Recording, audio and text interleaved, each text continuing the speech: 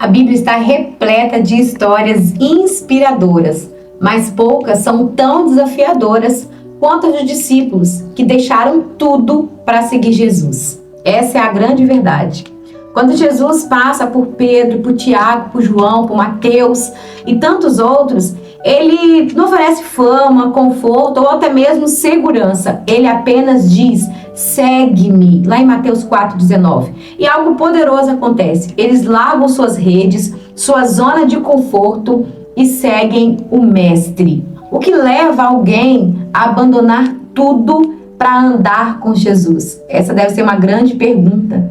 E a resposta está exatamente na força do chamado. Jesus não chamava apenas para caminhar do lado dele, mas para viver uma grande missão, a de pregar, de curar, de libertar e de servir. A missão de levar o reino de Deus a tantas outras pessoas. Os discípulos entenderam que andar com Cristo era algo muito mais do que uma mudança de profissão. Era uma transformação de vida, literalmente.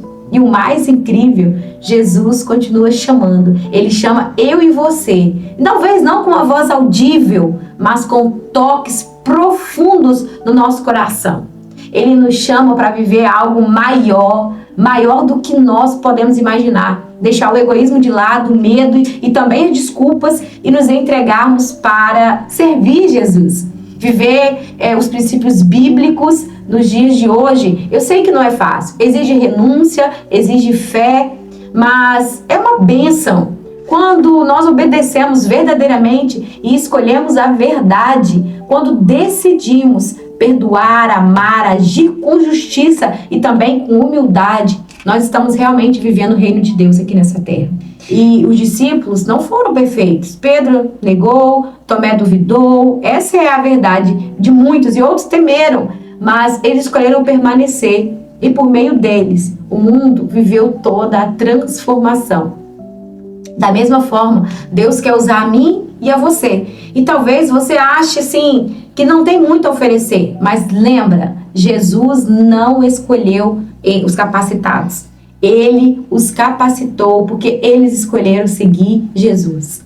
A maior bênção da vida cristã verdadeiramente não está só nas promessas que nós recebemos, mas no privilégio que nós temos de servir. Servir com a nossa vida, servir com o tempo, com os nossos dons, com o nosso amor. Quando verdadeiramente nós entregamos para essa missão que Jesus nos convidou, nós experimentamos com alegria, a alegria que o mundo nunca poderá nos dar.